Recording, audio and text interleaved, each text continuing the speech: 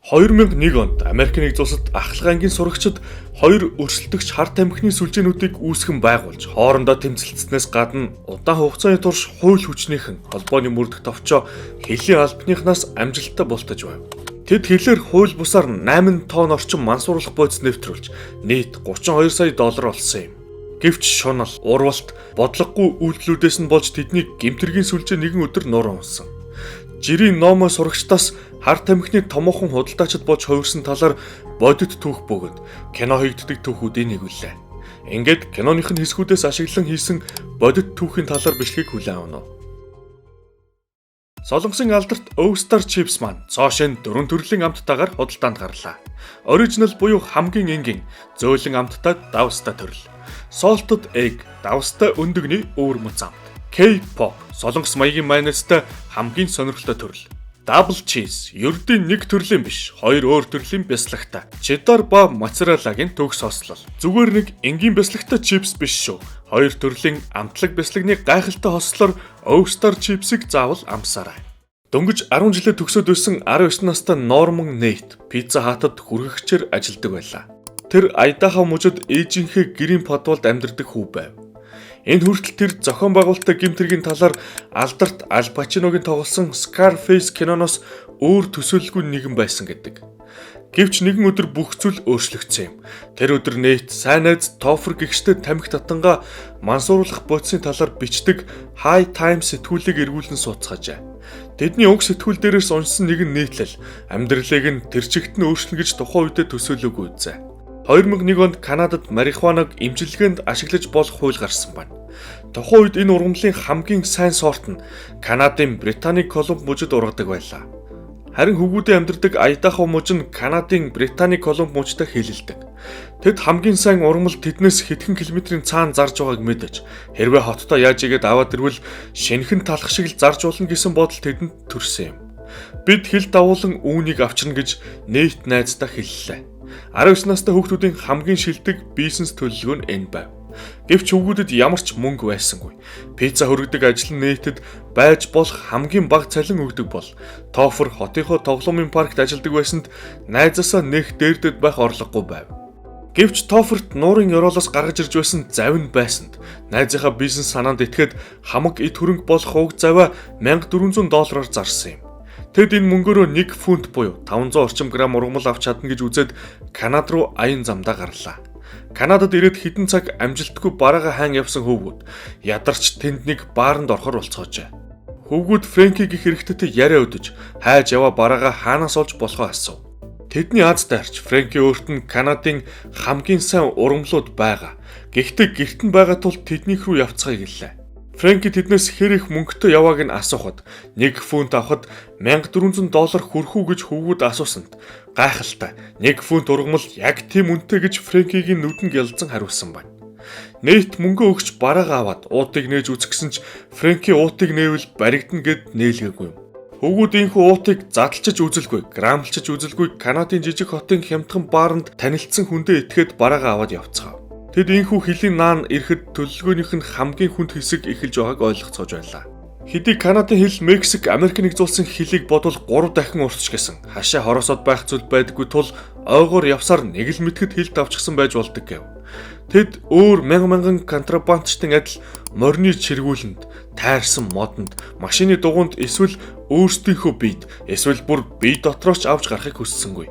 Тэдний төлөвлөгөө илүү энгийн байлаа. Төлөвлөгөөгөр Нейт гэрлүүгээ юу ч болоогүй мэт машинаараа явж хөрөх бол Тофер үргэвчэндээ үнэт бараага хийгээд ой дотор гүйж хил гарах байсан юм. Тоферт 2 том үүрэг байсан нь нэгт Канадын ой дотор 11 км явах байсан бол хоёр дахь нь Гризли баавгатай таарчихгүй явах байв. Хэдэн цагийн турш Тофер ойгоор яваад Америкт ирснийг нь илтгэх зүйл харсан нь Outback гэх стейк хаусыг олж харсан нь байлаа. Тохирсон ёсоор Нейт энэ газрын зогсоол дээр машиндаа найзыгаа сэтгэл догтлон хүлээж байсан юм. Машинд суугаад залуус бараагаа туршиж үзэхэр болсон ч харамсалтай нь энэ нь яг тэдний хайж байсан бараа биш болж таарлаа. Фрэнки тэдэнд Мексикээс ирсэн барааг Британий Колумбийн барааны үнээр зарж орхисон байх нь тэр. Нэг ёсондоо хизээ нэгэн цагт Мексикт ургасан ургамлыг Америк нэгдсэн улс руу хууль бусаар хил давуулан аваачиж, мөн л хууль бусаар хил давуулан Канадад аваачсан. Манай залуус буцаагаад хууль бусаар Америк нэгдсэн улсад өндөр үн төлөөд аваад ирсэн болж таарав. Энэ үед тэд анхныхаа том хичээлийг сурсан нь энэ тоглоомонд хэнд ч итгэж болохгүй гэдгийг. Гэвч аз болж Айдаход барааг нь авах хүмүүс олдож, залуус бүгдийг нь хөдөлж чадсан байна. Нейт өөрийн найз Скүүс гэх чиг барааг нь зарж өгөөч гэж гуйсан нь Скүүс хэдий 18 настай ч олон хүн таньдаг нэр нөлөөтэй нөхөр байлаа. Энэхүү залуус $1400 авсан бараагаа $2800 зарж чадсан юм. Нейт найздаа өөрийн бизнес санаагаа амжилттай болж болохыг баталж, High Times сэтгүүлийн зөв байж, яагаад хүмүүс ийм зүйл хийдэггүй юм бол гэд миний тооцоолоор бид 14 сарын дотор л $3 сая олж болно хэмээн найздаа хэлв. Тэд энэ дүн дээр л зогсъё гэд харин дараа нь эргэн хуучин амьдралтаа орно. Гар дээр $3 сая пицца зөөхөн 3 саягүйгээр пицца зөөснөөс хамаагүй зугаатай байх болно гэжээ. Хөвгүүд байшин худалдан аваад хууль ёсны бизнесээ эхлүүлээд тоглоомоос гарна гэж тохиров. Мансуурлах бодисны худалдаачдын гол алдаа бол шуналцсаар байгаад баригддаг. Бид харин тийм биш гэжээ. Тэд ямар ч буу зэвсэг хүүхэн шуухан болон анхаарал татсан тансаглал зэрэг хийхгүй гэж амлацгаасан байна. Нейт ээлж дудаана Канадаас Америк нэгдсэн улсын хил рүү явж байхдаа олох мөнгөөр юу хийж болох, ээждээ байшин авч өгөх, ямар ч их сургуульд оруулахгүй амьдрах гэх мэт бодолтын явах зур, ард нь Канадын цагдаагийн машин гарч ирэн залуусыг зогсохыг тушааж байгааг сонсов. Эргүүлийн офицерыг машинд алхамаар дөхөх тусам тэр багажинда байгаа бараагаа бодож ингээд баларлаа гэдэгтээ итгэлтэй болж байжээ. Гэвч цагдаа ирээд хурд битгий хэтрүүлээрэ. Яасан контрабанд хийгээд байна уу? Тэгвэл манай энд биш нээлсэнд очих хэрэгтэй гэж тоглоомор хэлээд яваад өгөв. Нейт цагдаагийн ийдэг занд маш ихэр гайхаж дараагийн удаа нээлсэнд очих ёстойгоо ойлгов. 2001 онд л гэхэд энэ төрлийн бизнес Канадад $7 тэрбум орлого авчирсан бөгөөд цагдаагийн хошигнож хэлдэг нээлсэн бол энэ бүхний нийслэл гэж хэлж болох газар нь байлаа. Тухайн үед Канад энэ төрлийн хуулиараа хамгийн зөөлөндөө ордог байсан бол эмчилгээний зориултаар хэрэглэхийг зөвшөөрсөн дэлхийн 2 дахь улс болсон байв. Үүний үр дүнд Британий Колумбийн барааны алтан үе нь болж байсан юм.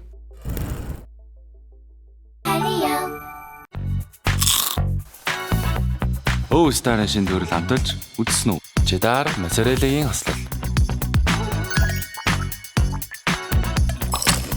Илүү хэслэг Стар.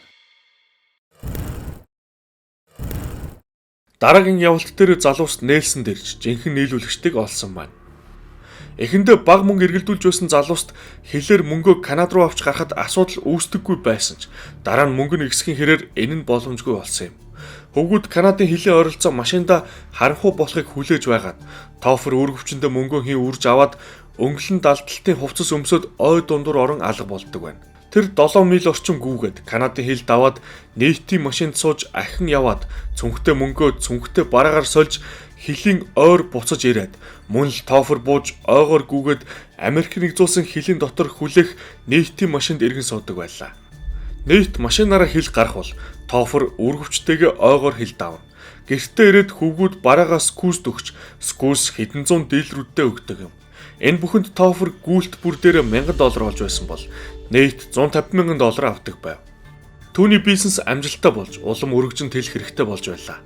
Тэд сургуулийнхаа найз нарыг хил давагч нараар авч бүгд TOEFL шиг өнгөлөн далдалтын хувцас өмсөд нэг бол мөнгө, нэг бол бараагаа өрөөд ойгоор гүйж хил давцгааж эхэлсэн юм.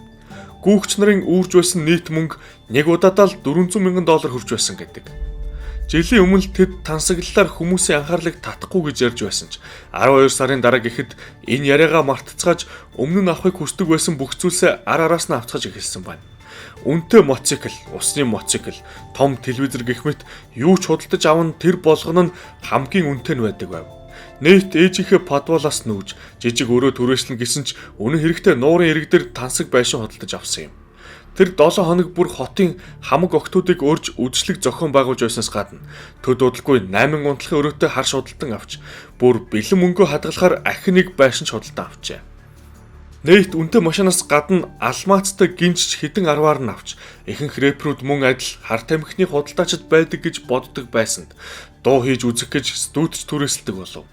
Тэр үзэсгэлэнт найз бүсгүйтэйч босно нь тайчигч Баффи гих бүсгүй байлаа. Нэгэн өдөр хүүгийн ээж хаанаас ийм их мөнгөтэй болсныг нь асуухад тэр зас цэвэрлэгээний бизнес нь амжилттай болж эдгээрийг гихтэд зээлэр л авсан гэх зүйл хэлв. Дараагаар нь тэр ээжтэй үнэтэй байшин авч өгснөөр ээж нь ахиж элдв зүйл шалгахаа болсон байна. Нейт амьдралдаа сонин түүгэгч, кастчин, пицца хүргэгчээр ажиллаж байсан ч хууль бус зүйл нь жинхнээсээ баяжуулдаг гэж ойлгосон гэв. Жилийн дараа гэхэд тэдний багийнхан 32 хүнтэй болж хэдэн мянган фунт барааг улс орон даяар түгээн борлуулж чадсан байлаа.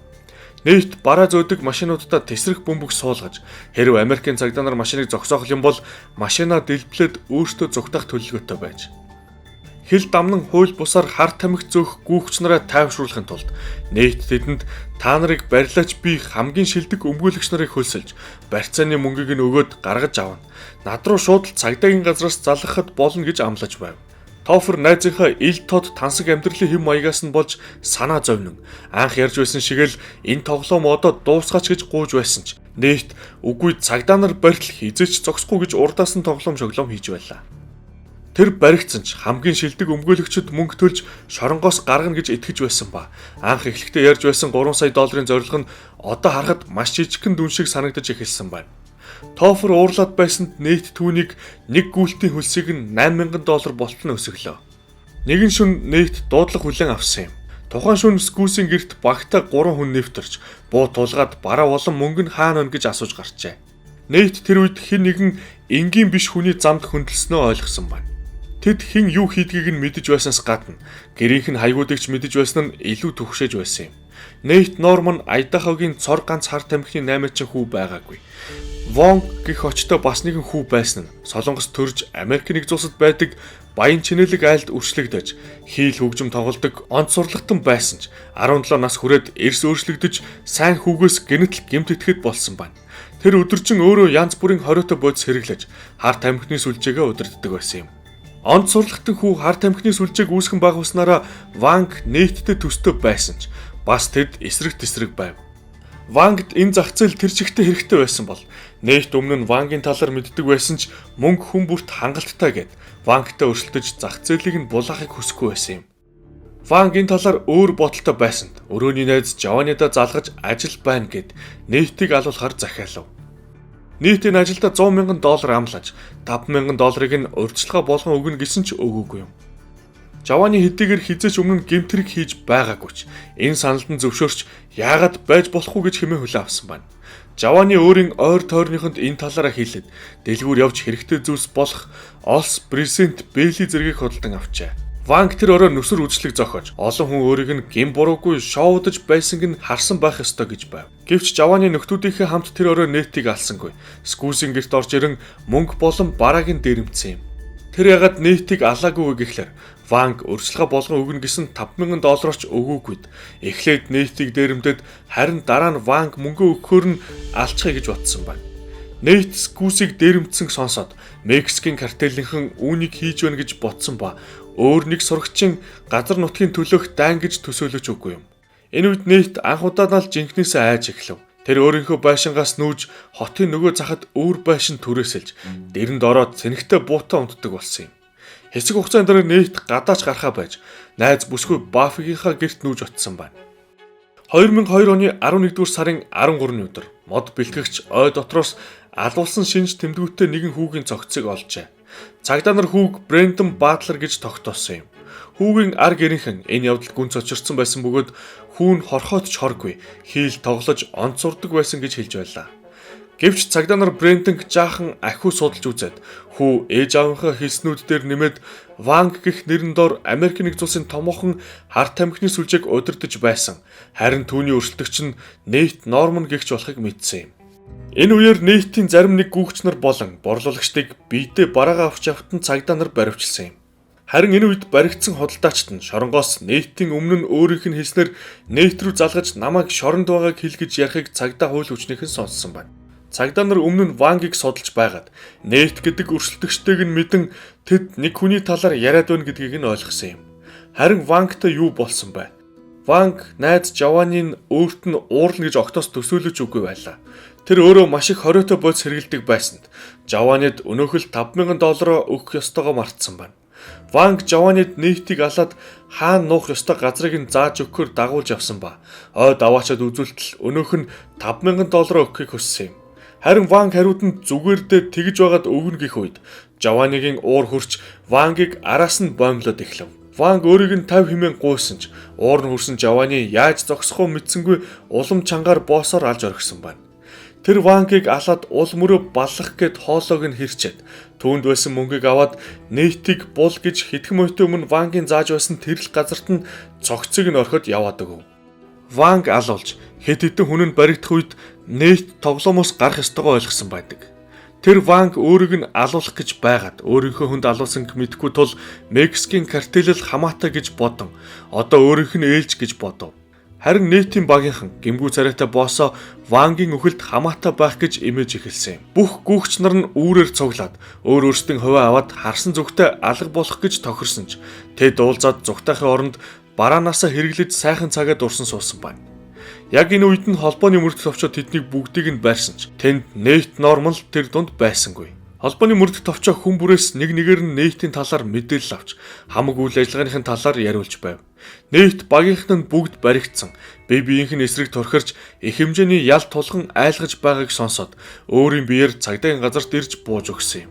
Цагдаа нар эхэндээ нүдэндээ ч итгэхгүй байсан бөгөөд тэд архаг гэмт этгээдийг төсөлж байсан ч Нейт гихчин дөнгөж саяхан сургуулаа төгссөн хорхоод ч хоргүй төрхтэй бууржгар бондгор хүү байлаа.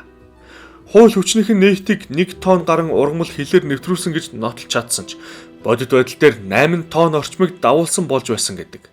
Харин энэ хэмжээтэй бараг борлуулад $32 сая болсон байна. Вангийг алсан Жовани шүүхээс бүх насаар хорихол авсан бол Нейтийн найзууд болох Скус болон Тофер нар тус бүр 2 жилийн хорихол авчээ. Харин Нейт Норман 12 жилийн хорих ялаар шийтгүүлсэн юм. 2013-ны 12 сард Нейт шоронгоос гарч одоо агааржуулалт дулаан кондишны хууль ёсны бизнестэй нэгэн болсон гэжээ. Тофер Кларк 2019 оны 2 дугаар сард буудалцааны үр дүнд алагдсан юм. Энэ хүрээд өнөөдрийн бичлэг төгсөж байна. Та бүхэнд таалагдсан байх гэж найдая. Удахгүй улам сонирхолтой бичлэгүүдээр уулзалт болно. Баяр та.